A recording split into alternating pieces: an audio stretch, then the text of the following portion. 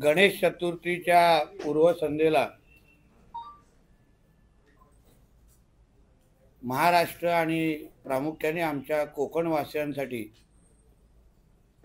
एक गोड बातमी सांगण्याच्या साठी मी आज ही पत्रकार परिषद घेत आहे। काही महिन्यापासून मी वारंवार आमच्या कोकणवासियांना सांगतोय की कोकणाकडे जाण्यासाठी आमच्या महायुतीच्या सरकारच्या माध्यमातून ज्या संकल्पनेची सुरुवात सन्मान्य देवेंद्र फडणवीस साहेबांच्या 2014 ते 19 काळाच्या कारकिर्दीमध्ये झाली, जेव्हा त्यांनीही मुख्यमंत्री असताना त्यांच्याकडेही काही काळ बंदरे खाते होतं आणि ही रोरो सर्व्हिस चालू करण्याची संकल्पना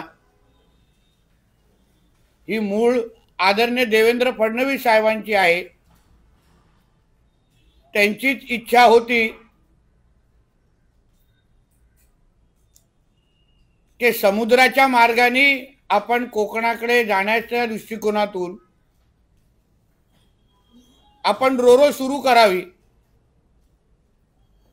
हे 2014 ते 19 मध्ये त्यांनी ह्याची मुहूर्तमेढ केली। आज जेव्हा ते परत एकदा महाराष्ट्राचे मुख्यमंत्री म्हणून आज नेतृत्व करतायत, या त्यांच्या कारकिर्दीमध्ये त्यांनी बघितलेलं स्वप्न आज ह्या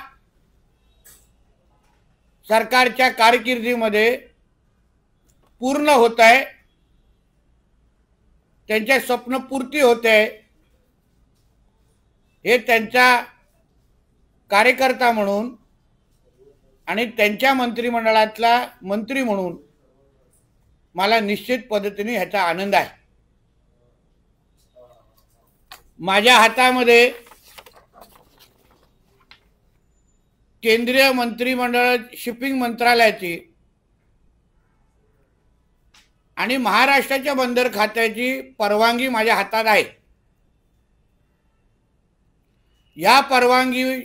ही परवानगी M2M नावाची रोरो ही मुंबईपासून ते रत्नागिरीपर्यंत आणि मुंबईपासून ते सिंधुदुर्गापर्यंत चालवण्याची परवानगी आज आम्हाला कालच प्राप्त झालेली आहे। या परवानगी अनुसार M2M प्रिन्सेस नावाची ही जी बोट किंवा मोठी वेसल ज्याला त्याला म्हणतात, त्या संबंधित लागणाऱ्या जेवढ्या परवानग्या आहेत त्या सगळ्या परवानग्या आमच्याकडे प्राप्त झालेल्या आहेत। जवळजवळ 147 परवानग्या आम्ही केंद्रीय शिपिंग मंत्रालय आणि आमचं मंत्रालय मिळून आम्ही या सगळ्या परवानग्या मिळवल्या। त्याच्यामध्ये डीजी शिपिंगच्या परवानग्या आहेत, IRSच्या परवानग्या आहेत, M2Dचे परवानग्या आहेत, आमच्या महाराष्ट्र मेरीटाईम बोर्डच्या परवानग्या आहेत, मुंबई पोर्ट ट्रस्टच्या परवानग्या आहेत। अशा 147 टोटल परवानग्या आम्हा लोकांकडे प्राप्त आहेत, आम्ही मिळवलेल्या आहेत आणि आमची ही बोट कोकणाच्या दिशेने जाण्यासाठी सज्ज आहे। फक्त आज ज्या पद्धतीने वातावरण ढगाळ आहे, समुद्र थोडा बोलतो ना रफ ज्याला म्हणतात, फेअर वेदर हा जो मुद्दा आहे, त्यामुळे आम्ही काही दिवसासाठी थांबण्याचं ठरवलेलं आहे. आम्हाला कुठल्याही पद्धतीची रिस्क आम्हाला ही बोर्ड चालू असताना घ्यायची नाहीये. कुठल्याही पद्धतीचा त्रास सामान्य नागरिकांना होऊ नये, यामुळे आजच्या पावसाळ्याचं एकंदरीत वातावरण पाहिल्यानंतर माझ्याकडे हवामान खात्याचा पण रिपोर्ट आहे. पुढचे काही दिवस ढगाळ वातावरण असो किंवा समुद्रामध्ये होणारी हलचल असो, समुद्रामध्ये मच्छीमारांना पण आम्ही सतर्कतेचा इशारा दिलेला आहे. आणि म्हणून आम्हाला अशा कुठल्याही पद्धतीची रिस्क घ्यायची नसल्यामुळे आमच्याकडे सगळ्या परवानग्या आहेत. पण आम्ही काही दिवस सप्टेंबर 1 या 2 तारखेपर्यंत आम्ही थांबण्याचं ठरवलेलं आहे. एकदा समुद्राची परिस्थिती चांगली झाली, मग आम्ही ही M2M सर्व्हिस, M2M प्रिन्सेसची सर्व्हिस ही कोकण वासियांसाठी आणि महाराष्ट्राच्या लोकांसाठी आम्ही सुरू करणार आहोत. भाऊचा धक्का म्हणजे मुंबईपासून ते रत्नागिरी जयगड इथे आम्ही 3 ते 3.5 तासापर्यंत लोकांना घेऊन जाणार आहोत. आणि भाऊचा धक्का मुंबई ते विजयदुर्ग इथे 5 ते 5.5 तासामध्ये आम्ही लोकांना तिथपर्यंत घेऊन जाणार आहोत. या बोर्डच्या बाबतीमध्ये थोडी माहिती देत असताना, दक्षिण आशियातील ही सर्वात वेगवान म्हणजे स्पीड असलेली ही बोट आहे. म्हणजे 25 नॉट्स ज्याला आपण म्हणतो. आता जी M2M फेरी प्रिन्सेस 1 जी तुम्हाला मुंबई ते अलिबाग पर्यंत घेऊन जाते, ती ह्याच कंपनीची बोट आहे M2M प्रिन्सेस 1. आणि आमच्याकडे M2M प्रिन्सेस 2 जी आता इथून रोरो सर्व्हिस सुरू होणार आहे. आता जी M2M जी अलिबाग पर्यंत जाते ती जवळपास 10 ते 15 नॉट्सची आहे. ही आपली बोट 25 नॉट्सची असणार, म्हणजे त्याच्यापेक्षा अजून वेगवान असणार.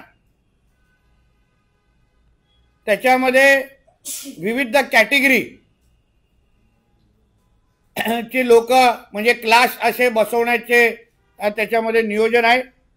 त्याच्यामध्ये फर्स्ट क्लास आहे, त्याच्यामध्ये बिझनेस क्लास आहे, प्रीमियम इकॉनॉमी आहे आणि इकॉनॉमी आहे. म्हणजे आपण फ्लाईटमध्ये बसत असताना जसं आपल्याकडे कॅटेगरी असतात तसे कॅटेगरी या इथे उपलब्ध असणार. पहिला स्टॉप आपण जयगडला करणार आहोत, तिथे आम्ही जेटीची तयारी केलेली आहे. आणि दुसरा स्टॉप आपला विजयदुर्गला असणार, तिथे पण आम्ही जेटीची आणि एकंदरीत उतरण्याची सगळी सुविधा केलेली आहे. ह्या 4 ते 5 दिवसामध्ये ह्या बोटचा ट्रायल ही होणार आहे. म्हणजे ज्याला आपण ड्राय रन म्हणतो, ते ड्राय रन आम्ही या काही दिवसामध्ये आम्ही करणार आहोत. जेणेकरून रूट कसा असेल, येणं जाणं सगळ्याचा जो ड्राय रन ज्याला आपण म्हणतो, या 4 ते 5 दिवसामध्ये आम्ही बोटचं करणार आहे. ही सर्व्हिस आम्ही आजपासून सुरू करू, म्हणजे कायमस्वरूपी. म्हणजे नुसतं गणेश उत्सवासाठी हा विषय नाही. जसं कोकण रेल्वे आयुष्यभर आता सुरू आहे, त्याच पद्धतीने ही M2M फेरीची सर्व्हिस कोकण वासियांसाठी आयुष्य म्हणजे सलग सुरू करण्याचं आमच्या सगळ्यांचं नियोजन आहे. इकॉनॉमीमध्ये 552 सीट आहेत, प्रीमियम इकॉनॉमीमध्ये 44 सीट आहेत, बिझनेसमध्ये 48 सीट आहेत आणि फर्स्ट क्लासमध्ये 12 सीट आहेत. ह्याच्यामध्ये 50 फोर व्हीलच्या गाड्या, 4 व्हीलरच्या गाड्या आपण फिट करू शकतो. 30 2 व्हीलरच्या गाड्या आपण त्याच्यामध्ये घेऊन जाऊ शकतो. अशा पद्धतीची जागा एकंदरीत ह्या बोटीमध्ये उपलब्ध आहे.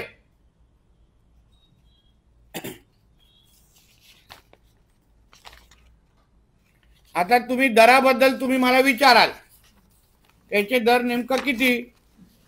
त्याची तुम्हाला सगळ्यांना उत्सुकता, याची जाणीव मला आहे. कोकणातले काही आमचे पत्रकार मित्र बसलेत. हा का 5 दिवसानंतर जाईल गौरव गणपती, हे शेवटचा गणेश उत्सव थोडी आहे.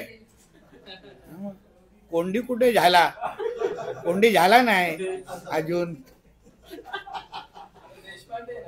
हा त्याच्यामध्ये इकॉनॉमी म्हणजे जे सीट आहेत त्याला 2500, premium economy 4000, business class seat जे आहेत ते 7500 आणि फर्स्ट क्लास आहे 9000. अशा पद्धतीने आपण 2500 इकॉनॉमी, प्रीमियम इकॉनॉमी 4000, बिझनेस 7500 आणि फर्स्ट क्लास आहे 9000. गाडी 4 व्हीलर गाड्यांसाठी 6000 एक गाडी.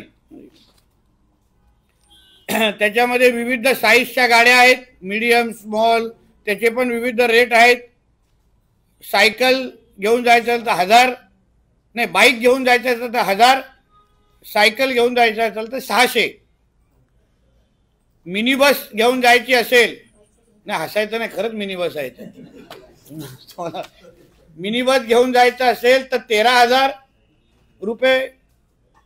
30 सीटरची बस त्याच्यावर घेऊन जायची असेल तर 14500. 45 सीटरची बस घेऊन जायची असेल तर 17000 आणि 45 सीटपेक्षाही जास्त मोठी बस घेऊन जायची असेल तर 21000. एवढी मोठी साईजची ही बोट किंवा M2M ची नावाची आमची रोरो ही लोकांसाठी आम्ही येणाऱ्या काही दिवसामध्ये समुद्रामध्ये एकंदरीत वातावरण चांगलं झाल्यानंतर आमचे आदरणीय मुख्यमंत्री देवेंद्र फडणवीस साहेब, आमचे दोन्ही उपमुख्यमंत्री आदरणीय एकनाथ शिंदे साहेब, आमचे अजितदादा आणि मंत्रिमंडळाचे माझे सगळेच जे माझे मान्यवर आहेत, प्लस आम्ही याच्याबरोबर आमचे केंद्रीय शिपिंग मंत्री आदरणीय सोनवालजींचा पण आम्ही ते आमंत्रण दिलेलं आहे. तेही याच्यामध्ये उपस्थित राहणार आहेत. तो एक मोठा जंगी कार्यक्रम, कारण का कोकणाच्या इतिहासामध्ये खूप वर्षानंतर, मला वाटतं 30-32 वर्षानंतर, अगोदर खूप वर्षा अगोदर चालू होती, मला वाटतं काही दोन्ही जाणकार लोक सांगतील, 30-32 वर्षा 40 वर्षानंतर परत ही रोरो सर्व्हिस सुरू होते. आणि म्हणून आमच्या कोकणवासियांच्या दृष्टिकोनातून हे अतिशय महत्त्वाची घटना आमच्या सगळ्यांसाठी आहे. गणेश चतुर्थी सुरुवातीलाच मी ही गोड बातमी देत असल्यामुळे मला विश्वास आहे या गणेश चतुर्थीला कदाचित मध्येच तुम्हाला इथे येण्या जाण्याची संधी भेटेल, पण त्यानंतरचा तुमच्या प्रत्येकाचा प्रवास कोकणाकडे जाण्यासाठी तिथे आपण रस्त्याच्या माध्यमातून जातो, फ्लाईटच्या माध्यमातून जातो, रेल्वेच्या माध्यमातून जातो. आता अजून एक पर्याय आमच्या देवाभाऊच्या सरकारने आपल्या सगळ्यांसाठी उपलब्ध करून दिलेला आहे. म्हणून ह्याबद्दल तुम्हालाही आम्ही बोटवर लवकरच आमंत्रण काही दिवसामध्येच करणार आहोत. तुम्हालाही त्याचा अनुभव घेता येईल. बोटच्या एकंदरीत त्याचा अनुभव फिरून त्याचा कशी बोट असेल, काय बोट असेल ते ऑन द स्पॉट घेऊन जाण्याची आमच्या लोकांची तयारी आहे. आणि ज्यांना तिथूनच गावी निघायचं असेल तर त्यांना बॅगा घेऊन यावा. धन्यवाद. काय प्रश्न असतील तर विचारा.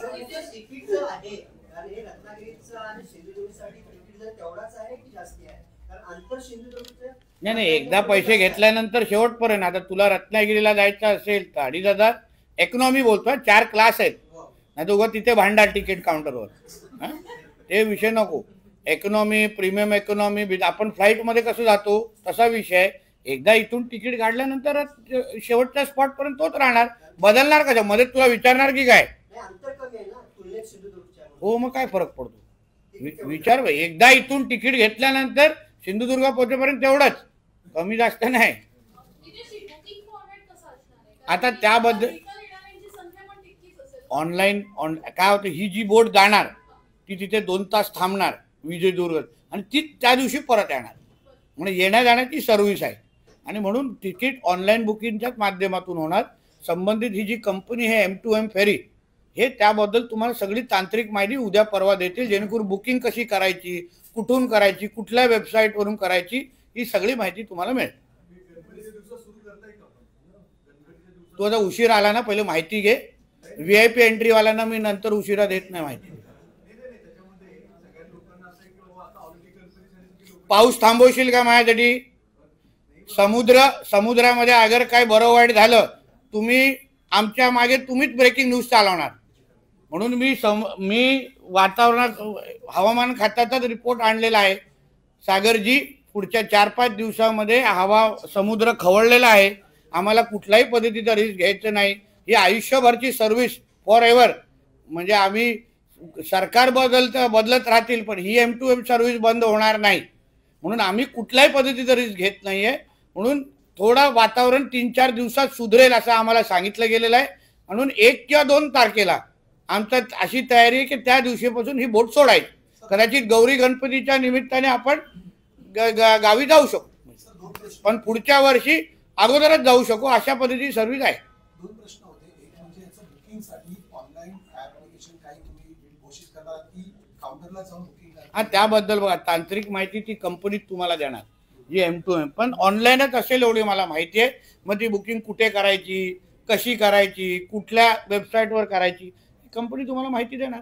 दुसरा महत्त्वाचा प्रश्न असा होता की एकंदरीत तुम्ही ज्या प्रकारे सांगता की वर्षभर ही सेवा सुरू राहणार आहे, मात्र आता ज्या प्रकारे पावसाचं वातावरण त्यामुळे मध्ये मध्ये ही सर्व्हिस बंद राहू शकते, मात्र उन्हाळ्यात आणि हिवाळ्यात पूर्ण वेळी सर्व्हिस सुरू. बघा, असं आहे, एकदमच कुठल्या टोकाचा पाऊस असेल तरच ही सर्व्हिस बंद होणार. ही फार आधुनिक बोट आहे. आता ही पावसाळ्यामध्ये तुमचं मुंबई अलिबाग सुरू आहे, बंद नाही आली ती M2M, म्हणून ही पण तशी सुरू राहणार. पण आता 4-5 दिवस आता आम्ही मच्छीमारांना आतमध्ये जायला देत नाहीये. एवढा समुद्र खवळलेला आहे.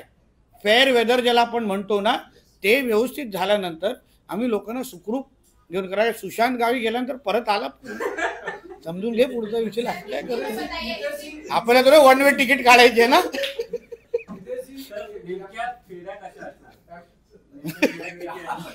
फेऱ्या कशा म्हणजे, अरे बाबा, इथून जी जाणार तिथे उदाहरण 3-3.5 तासात रत्नागिरी पोहोचणार, पुढून 4.5-5 तासात आपल्या सिंधुदुर्गात पोहोचणार. तिथे सगळ्यांना उतरवल्यानंतर 2 तास सर्व्हिसिंग व्यवस्थित सगळ्या गोष्टी साफसफाई होणार. 2 तासानंतर ती परत मुंबईला येणार रात्री. म्हणजे कदाचित त्याच दिवशी तू परत सकाळी जायचं, स्टोरी ब्रेक करायची, 2 दिवस गावी 2 तास गावी जायचं, परत रात्री यायचं. हो ताई, ती बोटच एवढी आहे, 4 सोडायला गेलो ना तर समुद्र पुरणार नाही.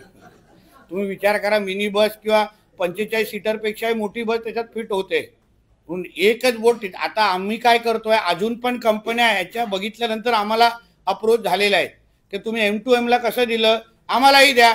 तर त्याही कंपन्याच्या ॲप्लिकेशन आमच्याकडे आल्या. ही काय जगातली एकमेव कंपनी नाही आहे की बाबा आम्ही हिलाच देणार. आता ओला, उबर, रॅपिडो आहे का ना तुमच्याकडे, तसंच ह्या क्षेत्रामध्ये पण अजून ज्या कंपन्या येतील त्या सगळ्या कंपन्याला आम्ही सपोर्ट करू.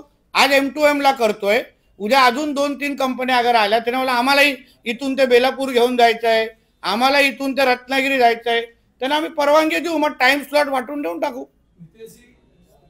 रत्नागिरी और सिंधुदुर्ग तक अभी तक मुंबई से 10 से 12 घंटे लगते हैं बाय रोड, लेकिन M2M सर्विस जो सरकार शुरू करने जा रही है उसकी क्या खासियत है, कितनी सीटिंग संख्या है और कैसे इसको ऑपरेट किया है?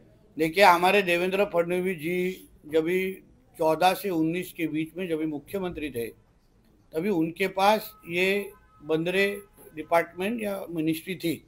तभी उन्होंने इसका मूल जो इसके आइडिया है वहाँ से शुरू हुई. देवेंद्र जी की इच्छा थी कि मुंबई और कोकण के बीच का जो रास्ता है वो समुद्र के मार्ग अगर हम लोग जा सके तो उसका काफ़ी वक्त भी बचेगा और पैसे की भी बचत होगी. तो इसकी शुरुआत उन्होंने 2014 और 19 के बीच में की. उसके बाद ये सरकार वापस आने के बाद हमने उसके बाद जो प्रपोजल रखा था उसके ऊपर काम करने की शुरुआत हम लोगों ने की. पिछले 9 महीने तक 147 जो परमिशन है, अलग अलग टाइप के जो परमिशन है, हम लोगों ने निकाले, उसके ऊपर फॉलोअप किया. उसके लिए जो केंद्रीय मंत्री है हमारे सोनवाल जी, उन्होंने हमको इसमें काफ़ी मदद की, उन्होंने उसमें सहकार्य किया और आज इस फाइनल परमिशन हम लोग को कल ही केंद्र सरकार और राज्य सरकार की इस माध्यम से हमको मिल गई है। अब इसके हम बोट चला आज ही भी ऑपरेट कर सकते हैं, मगर वातावरण में हवा जो कुछ बारिश का माहौल है, समुद्र में थोड़ा रिस्क फैक्टर है, इसके लिए हम लोग ने 3-4 दिन रुकने का हम लोग ने सोचा है। जब भी समुद्र की परिस्थिति अच्छी हो जाएगी 1 या 2 तारीख तक हम लोग इस बोट को छोड़ने की हमारी पूरी तैयारी है। आज अगर समुद्र की परिस्थिति अच्छी होती तो हम लोग कल ही छोड़ देते, मगर अभी परिस्थिति वैसी नहीं है तो 3-4 दिन हमको रुकना पड़ेगा। 4-5 दिन के बाद हम लोग ये जो सर्विस है जो हमेशा के लिए, सिर्फ गणेश चतुर्थी के लिए नहीं है मगर हमेशा के लिए, ये सर्विस हम मुंबई करों के लिए, कोकण वासियों के लिए और महाराष्ट्र के लोगों के लिए लेके आ रहे हैं। कितना फेयर होगा? और चूंकि आपने बताया कि हाईवी साइज बोट है, इसमें मिनी बस और बस तक भी जा सकती है, तो उसको किस तरीके से? देखिए हमारी जो ये M2M प्रिंसेस जो ये हमारी बोट है, रोरो सर्विस है, वो आपको मुंबई से रत्नागिरी सुबह 6:30 को छूटेगी, रत्नागिरी में 3.5-4 घंटे में पहुँचेगी, सिंधुदुर्ग में 5-5.5 घंटे में छूटेगी 6:30 के छूटने के बाद।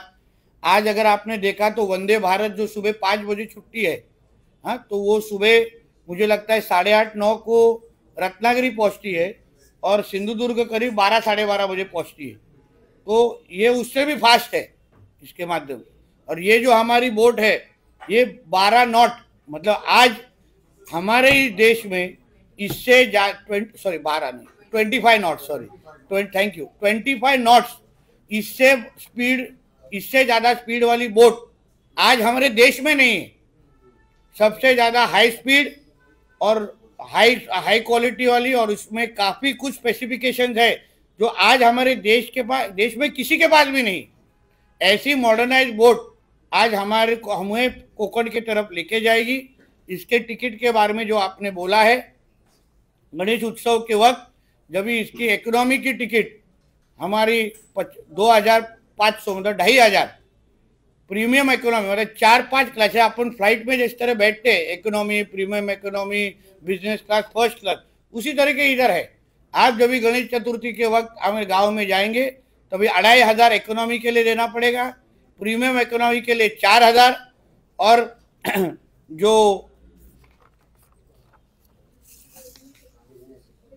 जो बिजनेस क्लास है वो 7,500 और फर्स्ट क्लास 9,000। उसके साथ ही जो बड़ी जो कार है, 4 व्हीलर कार है, उसके लिए 6,000 और उसके साथ जो उसके बाइक जो 2 व्हीलर है उसके लिए 1,000 रुपये, बाईसाइकिल है, साइकिल है, उसके लिए 600, मिनी बस अगर आपको लेके जानी है अंदर तो 13,000, 30 सीटर की बस लेके जानी है तो 14,500, 45 सीट से भी ज़्यादा अगर आपको बड़ी बस उधर तक की बस अगर लेके जानी है तो 17,000, और 45 सीट से भी ज़्यादा बड़ी बस हो, लग्जरी बस कोई हो तो 21,000। तो इस तरीके का पूरी की पूरी ये प्राइसिंग या ये कंपनी ने डिसाइड की है। जो बुकिंग का जो एक ये सिस्टम जो डिसाइड किया है वो जल्द ही कुछ दिनों के बाद बोट जो M2M फेरी की जो कंपनी है वो ऑफिशियली आपको इसके बारे में बुकिंग कैसी करनी, ऑनलाइन ही बुकिंग होगी, कैसी बुकिंग करनी है, ऑनलाइन कैसी करनी है, वो सारी वेबसाइट कौन से होने वाली है, सारी की इंफॉर्मेशन उनके माध्यम से आप तक पहुंचाई जाएगी। सिंधुदुर्ग और रत्नागिरी 2 डेस्टिनेशंस पर्यटन के हिसाब से भी बहुत महत्वपूर्ण है। शुरुआत में चिपी एयरपोर्ट भी शुरू हो रहा है और M2M रोरो सर्विस भी शुरू हो रही है। ऐसे में सिंधुदुर्ग के जो टूरिज्म है, खासकर कोस्टल टूरिज्म हुआ या जो अलग अलग तरीके के, उसको कितना फायदा होगा? देखिए ये तो 2 रूट आप अभी हम लोग अभी शुरुआत कर रहे हैं। मांडवा में भी है, बीच में श्रीवर्धन में भी हम उधर जेटी बना रहे हैं। आज जिधर जिधर हमारे पास जेटी है वहाँ ये बोट को हम लोग रोक रहे हैं। आज हम लोग जो जयगढ़ में रुकने वाले हैं वो रत्नागिरी सिटी से 40 किलोमीटर दूर है, मगर हम लोग रत्नागिरी के अंदर, सिटी के अंदर टर्मिनल्स बना रहे। तो आप अगले साल तक, जब ये जैसे आज बाहर उतरने वाले हैं, अगले साल आप रत्नागिरी सिटी के अंदर उतर सकते हैं। आज तो सिर्फ हम लोग शुरुआत कर रहे हैं ये 2 रूट से। जैसे जैसे वक्त जाएगा वैसे हम लोग जेटी भी डेवलप करने वाले हैं, वैसे वैसे वैसे ये रोरो के स्पॉट पूरा हमारा जो 877 कोस्टल लाइन है हमारा कोकण का, वहाँ अलग अलग जगह पे ये हमारी रोरो रुकेगी। फिर आप काम के लिए जाइए, टूरिज्म के लिए जाएंगे, अलग अलग तरीके से ये बोट आपको मदद करेगी। Maharashtra government is introducing fastest speed boat Ro-Ro service. It's not a speed boat. For those who are regularly traveling to Konkan. How will this help the tourists as well as for those who regularly travel? See, right now if you have to reach Konkan or any point on the coastal area, right from Raigad, Ratnagiri, Sindhudurg, you have only few ways, either the roadways or the railways or the airport system. All these, for example, if you go by the road, it will at least take you 10 to 12 hours right now. If you go by the rail, it takes you equally 8 to 10 hours. What we are introducing a Ro-Ro service, which will take you from here to Ratnagiri, here to Sindhudurg in maybe 3.5 to 5 hours. And this entire Ro-Ro service will be first of its kind. It's a very powerful boat, a powerful vessel that we have bought. And first time in India, something like this is going to be operated, which runs with a speed of 25 knots. This speed of boat used for cruising in the sea is not anywhere available right now. So I think it is a big move which Mr. Devendra Fadnavis ji had always initiated during his first tenure as the Chief Minister. Now we are just following up on his work that he already initiated, and now we are ensuring that people of Konkan get the best service where they can reach fast into their native places, and also we want to promote tourism as much as we can. So to begin with, these are the 2 routes, Ratnagiri and Vijaydur. Obviously we are going to add more few routes. Obviously there are going to be more operators who we are going to invite to run on this particular route. So this is just to begin with. आणि मराठीमध्ये एवढंच सांगतो, सुरुवातीचे हे 2 stop आहेत, रत्नागिरी ते जयगड, जे आता रत्नागिरीच्या थोडं बाहेर आहे, तिथून 40 मिनिटावर तुम्हाला रत्नागिरी शहर आहे। आम्ही रत्नागिरी शहरामध्ये रत्नागिरी टर्मिनल डेव्हलप करतोय, ऑलरेडी त्याची प्रमाण निघालेली आहे। 10 ते 12 महिन्यामध्ये आम्ही त्याचं टर्मिनल बांधतोय, जेणेकरून ही रोरो सर्व्हिस टर्मिनलमध्येच उतरेल। दुसरं विजयदुर्ग, पण त्याचबरोबर आम्ही अन्य स्टॉप म्हणजे उदाहरण श्रीवर्धनला थांबणं, मांडवाला तर आपण थांबूच शकतो, असे विविध स्टॉप कोकण किनारपट्टीवर आम्ही थांबत ती बोट पुढे घेऊन जाणार आहोत। त्याचबरोबर फक्त हीच सर्व्हिस नाही, ह्याच्यानंतर असंख्य लोकांनी पण आम्हाला ऍप्लिकेशन केलेलं आहे, त्यांनाही आम्ही इथे चालवण्याची संधी देणार आहोत।